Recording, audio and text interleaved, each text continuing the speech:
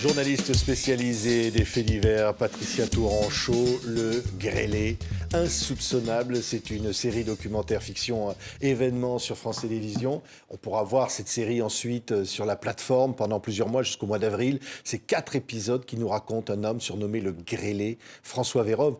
Pourquoi vous nous racontez l'histoire de ce criminel en série? Qu'est-ce que cette histoire a d'extraordinaire, Patricia Tourangeau? Parce que le Grêlé, c'est quand même quelqu'un qui était non seulement tueur et violeur en série, mais dans la vraie vie, il était gendarme à la garde républicaine à Paris, au cœur de Paris, puis devenu policier. Et ce type-là, il est recherché pendant 35 ans en vain.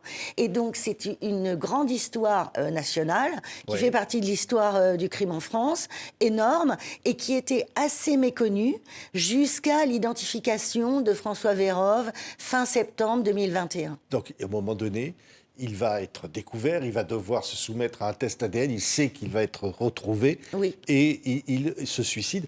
La particularité, c'est qu'au fond, il va mener pendant des décennies une vie de père de famille tout à fait exemplaire. Mais c'est incroyable aussi. C'est quand même le tueur en série en France le plus exceptionnel dans le sens inséré dans la société, bon père de famille, conseiller municipal à Prades-le-Lez.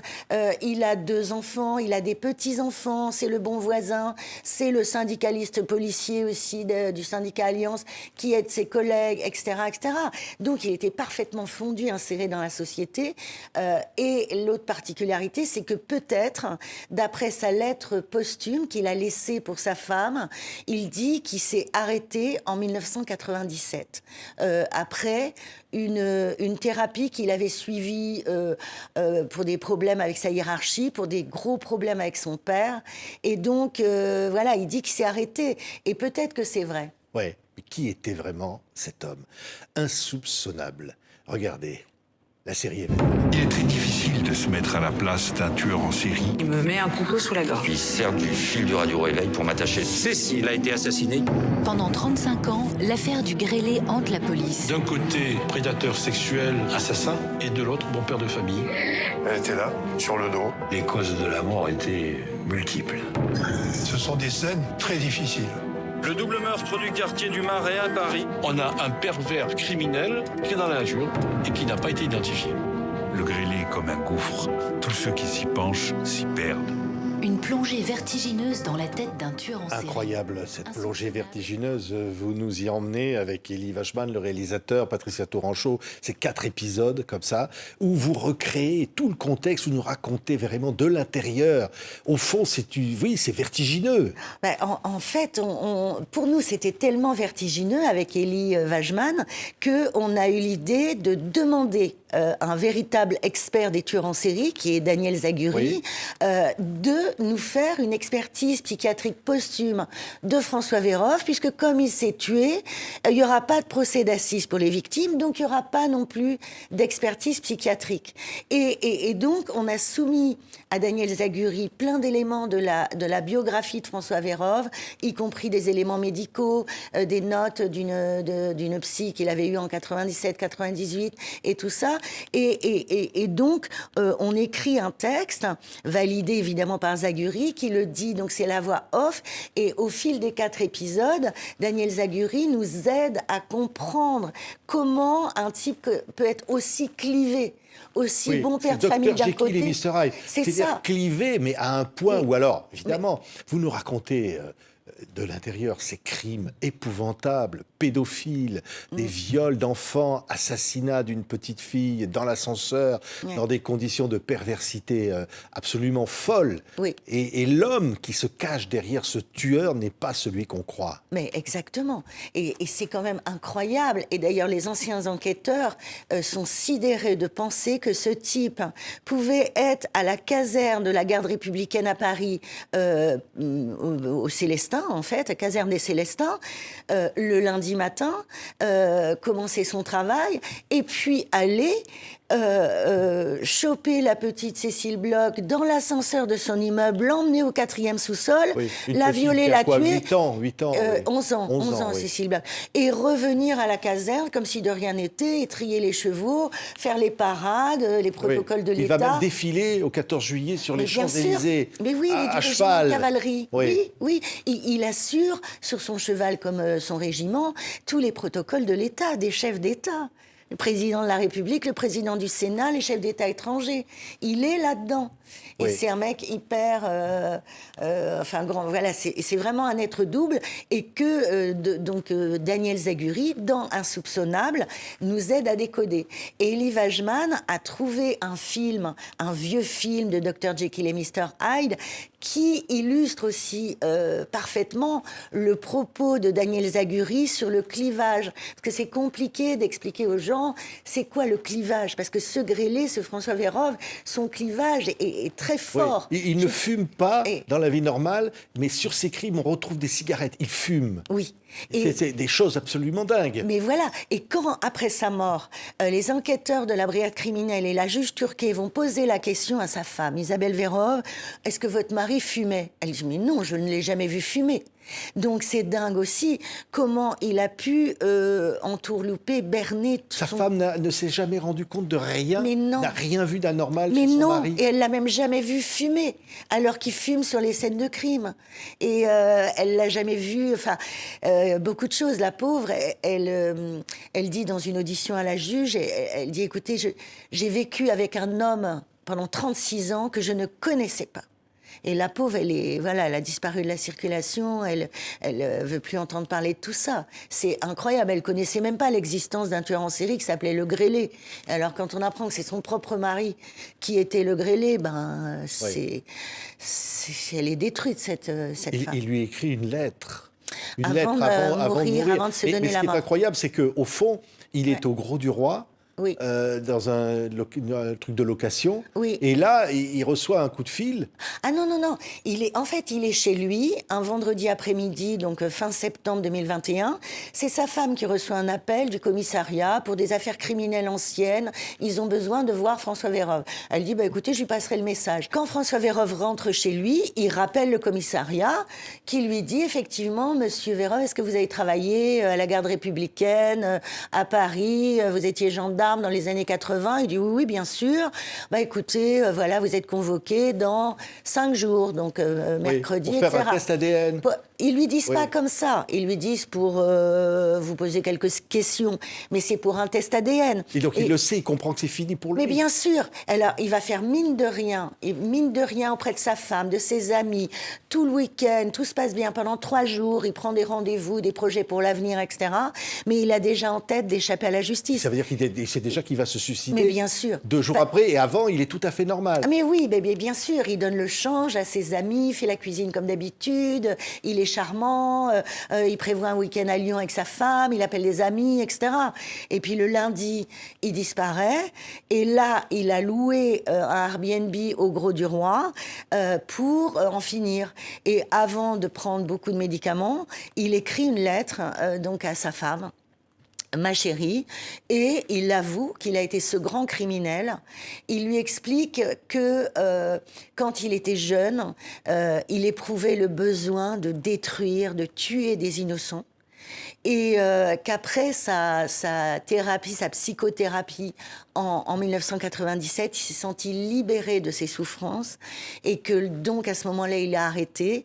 Et il termine sa lettre où c'est assez émouvant. Enfin, il dit je vous aime plus que tout au monde, donc sa femme et ses enfants, et je déteste le criminel que j'ai été. Ouais. Voilà. Donc il a un degré de conscience quand même de la pourriture qu'il était. Et il se justifie pas tant que ça. Et vous verrez, enfin je peux pas spoiler la série, mais dans le 4e épisode, Daniel Zaguri d'Insoupçonnable, il nous décode cette lettre. Ouais. Il dit ce qu'il en pense justement d'un point de vue de psychiatre. Regardez, parce que je regarde quelques images, justement le début de cette série Insoupçonnable sur le Grélé. Revenons à présent sur l'épilogue de l'une des plus grandes affaires criminelles de ces 30 dernières années, celle du tueur en série, dit le Grélé. Il était celui que dans les années 80 et 90, on avait surnommé le Grélé à cause de sa peau acnéique. À la une ce soir, l'épilogue de 35 ans d'énigmes autour d'un tueur en série jusqu'à aujourd'hui introuvable. Son ADN a été comparé visiblement à l'ADN qui a été retrouvé sur les scènes de crime dont vous parliez à l'instant. Et ça match ce soir, le Grélé a bien été identifié. Je l'ai dit, je le redis, sans l'ADN, j'aurais pas cru. d'un côté, prédateur sexuel, assassin, et de l'autre, bon père de famille. Et là, on se pose la question, mais où on a failli ? Ce qui est fabuleux dans cette série, Patrice Tourangeau, c'est qu'on voit aussi les méthodes à l'époque démunies de l'identification judiciaire. On arrive à identifier avec son sperme son groupe sanguin. On n'a pas grand-chose. On sent que les flics sont paumés. Oui, c'est-à-dire qu'à partir du moment où le tueur, il a le groupe sanguin A rhésus positif, c'est tout ce qu'ils savent, les policiers, c'est un groupe sanguin partagé par 40% de la population. Donc c'est pas très discriminant. Après, il y a des portraits robots, mais c'est très aléatoire. Et les enquêteurs découvriront après coup que ce premier portrait robot où plusieurs témoins ont pensé voir ce tueur avec une peau grêlée, que finalement ça devait être une poussée d'acné passagère et que un an plus tard, il n'a plus la peau grêlée quand il viole une adolescente qui s'appelle Marianne et qui, elle, va dessiner un portrait robot quasiment parfait.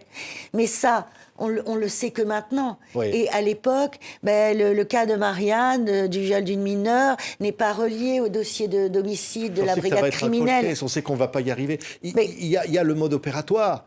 Mais il change de mode opératoire. Oui, il viole des jeunes filles, il présente une carte de police. Oui, alors ça, c'est très intéressant. Ça, c'est son deuxième mode opératoire, parce que pour Cécile Bloch, pour Sarah, une autre petite fille qu'il a violée, laissée pour morte, il a un autre stratagème. La constante, ce sont les ascenseurs. Parce qu'en 87, il va aborder beaucoup de jeunes filles dans le hall de leur immeuble, en prétextant être un policier, un contrôle de police, voilà, j'enquête sur des fugueuses, donne-moi ta carte d'identité. Lui-même présente une carte tricolore, il a un holster avec une arme, il a des menottes, il a un talkie-walkie, il a quand même tout l'attirail du flic. Mais ces dossiers-là, qui sont entre les mains de la brigade de protection des mineurs à l'époque, ne sont pas forcément reliés à ceux de la brigade criminelle sur les homicides. Et puis, cette carte, elle va induire un peu en erreur les policiers qui vont se dire, c'est une fausse carte de police. Parce que les victimes, elles reconnaissent pas une vraie carte de police. Donc ils se disent faux policier. Mais ils n'ont jamais pensé. Et ils comprennent à la fin que cette carte, c'était une carte de gendarmerie à l'époque. Et effectivement, les victimes ne pouvaient pas reconnaître. Quand les flics de la brigade des mineurs leur présentaient leur propre carte en disant « Est-ce qu'il avait une carte comme ça, ce monsieur ?» Ils disaient « Ben non, ça ressemble pas. » Mais oui, parce que c'était une carte de gendarmerie. Et tout ça, l'indice gendarmerie est dans le dossier, mais enfoui sous des... Et pourtant, beaucoup de gens le voient son visage. Oui. Le frère de la malheureuse victime dans l'ascenseur, prend l'ascenseur et il est dans l'ascenseur et il ne le sait pas, il attend sa sœur pour la violer et la tuer. Ouais, il garde cette image, il témoigne dans le film. Oui, dans la série, il témoigne. Oui, mais voilà, ce sont des témoignages fugaces, des portraits robots qui sont influencés par l'état dans lequel on se trouve. Enfin voilà, tout ça, c'est pas, ce n'est qu'en 96, quand l'ADN, la science enfin avance, même si la France n'est pas encore dotée d'un fichier national d'ADN, l'ADN du grêlé est caractérisé sur une scène de viol et d'enlèvement en banlieue parisienne, le cas d'Ingrid, qui avait 11 ans, et comparé en fait à celui de Cécile Bloch, du meurtrier de Cécile Bloch, c'est le même. Et ensuite, l'ADN va permettre de relier des cas entre eux qui ne se ressemblent pas. Oui, parce que même les scènes de crime ne se ressemblent pas toujours. Mais non. Parce qu'il y a des adultes. L'assassinat d'adultes avec dans le Marais. Une jeune fille au père et le propriétaire de l'appartement. Oui. Et là, dans des conditions avec atroces de mise en scène, qu'il ne torture. commet pas systématiquement. Ouais, mais il est capable, et c'est tout ça le grêlé. C'est pour ça que c'est déroutant aussi pour les policiers. Et puis voilà, je pense que le fait qu'il ait été justement, enfin en tout cas notre expert Zaguri dans la série Insoupçonnable, et voilà, il l'évoque par instant que comment imaginer pour des enquêteurs que ce prédateur sexuel pouvait être un membre des forces de l'ordre comme eux, un collègue. Ça dépasse l'entendement. C'est pas possible à leurs yeux. Et comment imaginer, Patricia Tourangeau, que cet homme, cet assassin, ce grêlé, un jour va apparaître dans une émission de jeu à la télévision avec Nagui. Regardons ces images ensemble. Ouais. On est beaucoup à les avoir vues. Et cet homme est un assassin, regardez. Bonjour David. La grande motte. La grande motte. Vous fûtes policier, vous ne l'êtes plus. Non. On arrête ça. D'accord. Policier, autre chose. à pied, à vélo, voiture, moto. À pied, Ouais, en moto et à cheval. à moto. Et pas dans l'ordre. Et à cheval. Alors, dans quel ordre vous avez fait ça? Alors, j'ai commencé à pied, comme tout le monde. On peut pas commencer à moto? On ne peut pas commencer à moto. D'accord. La sélection ne permet pas tout de suite de commencer, en sortant de l'école de la gendarmerie ou de la police, en moto. D'accord, donc pied. Donc pied, mais j'ai commencé par le cheval, en fin de compte, à la garde républicaine au régiment de cavalerie. Waouh! Et alors là, est-ce qu'on est plus souvent en train de défiler que... C'est plus de la représentation où vraiment il y a... parce que moi, j'ai rarement été contrôlé en voiture par un cheval. Donc, Parce que vous ne circulez pas dans le bois de Boulogne ou dans le bois de Vincennes. On assure aussi... Merci de sauver ma réputation. Ce sont des images édifiantes, Patricia Ah mais c'est Tourangeau. incroyable. Il joue le jeu, il rit. Voilà, et surtout, il va à la télé. Il candidate pour jouer chez Nagui en 2019. Alors, moi, je trouve que c'est une forme de défi. En même temps, il ne prend aucun risque. Parce que entre son profil en 86 et là en 2019, il s'est passé tellement d'années qu'il ne ressemble plus du tout physiquement à ce qu'il était à l'époque. Même la voix, je pense, a changé. Donc, il prend pas de risque d'être connu. Mais c'est un défi tout de même. Moi, malgré je trouve que tout. c'est un défi qui devrait rester un peu plus caché chez lui. Mais voilà. Qu'est-ce qui le pousse à faire ça? C'est un homme qui aime qu'on le regarde. C'est un homme. C'est quoi? Je sais pas, est-ce qu'il aime narguer les gens ou est-ce que peut-être est-ce qu'il estime qu'il a pris sa retraite, que maintenant c'est terminé tout ça et que donc pourquoi pas aller jouer à un jeu télévisé comme tout le monde puisqu'il dit qu'il a arrêté en 97. C'est peut-être ça aussi qui se sent que c'est loin derrière lui tout ça. Oui. Je sais pas. Oui, mais quand on voit dans le film et dans la série l'horreur des crimes commis par cet homme. Ah mais c'est sûr. Et qu'on voit cet homme, on n'arrive pas à comprendre. Ouais, on n'arrive pas à faire le rapprochement. Ouais. C'est ce qu'il dit, Zagueri dit, on n'arrive pas à rejoindre les deux bouts de la même personne, quoi. Ça matche pas. Ça matche pas. Et il explique, enfin, dans Insoupçonnable, vous verrez tout le mécanisme un peu de comment un type comme ça peut tuer, torturer quelqu'un, une enfant ou un adulte, et puis revenir comme si de rien n'était chez lui ou au travail. Voilà, il y a un mécanisme, il y a des mécanismes comme ça qui sont particuliers chez les tueurs en série. Oui. Mais insoupçonnable, oui. Mais à un moment donné aussi, ce qui est quand même extraordinaire, c'est l'horreur, la rapidité, la multiplicité des crimes, et soudain, plus rien. Oui, plus mais rien. Là, oui. Il y a comment aussi, oui. Lui, dans sa lettre posthume Vérov, François Vérov dit que cette psychothérapie, cette dépression qu'il a fait en 97-98... On peut s'expliquer ça. On peut expliquer ça. Ça peut, vous verrez, parce qu'il a subi des choses quand même quand il était enfant, ce gars. C'est pas non plus, voilà. Et il a perdu sa mère quand il avait 10 ans, et son père n'a pas été apparemment oui, mais terrible. rien d'une gravité qui puisse imaginer un passage à l'acte de ce qu'il a commis. Oui, mais comme dit Daniel Zagueri, enfin, tous les tueurs en série ont dans leur petite enfance des failles énormes. Alors, tous les enfants malheureux vont pas devenir des tueurs en série, heureusement. Mais en tout cas, ceux qu'on a, les Guy Georges, les Chana, les Fourniret, etc., il y a quelque chose qui s'est passé dans la petite enfance de très grave. Et il a conscience aussi d'être un monstre, puisqu'il le dit. Mais il a conscience et il a détesté le criminel qu'il a été. Mais voilà, c'est ce qu'il dit à sa femme. Mais voilà, il dit aussi, c'est trop tard. Je regrette par rapport aux victimes, mais je suis impardonnable. Ce que j'ai fait est impardonnable. Donc il en a conscience. Il est assez lucide sur son cas, Vérov, quand il se tue, quoi. Ouais. Et on pense effectivement à sa famille, à sa fille. Ouais. Oui. Sa fille qui était policière comme lui, qui a été officier de police judiciaire comme papa, quoi. Enfin, voilà, qui a suivi son père et qui a appris en premier que son père était le grêlé. Voilà. Et qui ensuite l'a annoncé à sa mère avec les policiers de Montpellier qui ont découvert le corps et cette lettre justement pour sa femme, quoi, et ses enfants. On ne connaît pas, on ne connaît jamais les gens. Ça, c'est vous qui êtes spécialiste des criminels en série. Bah,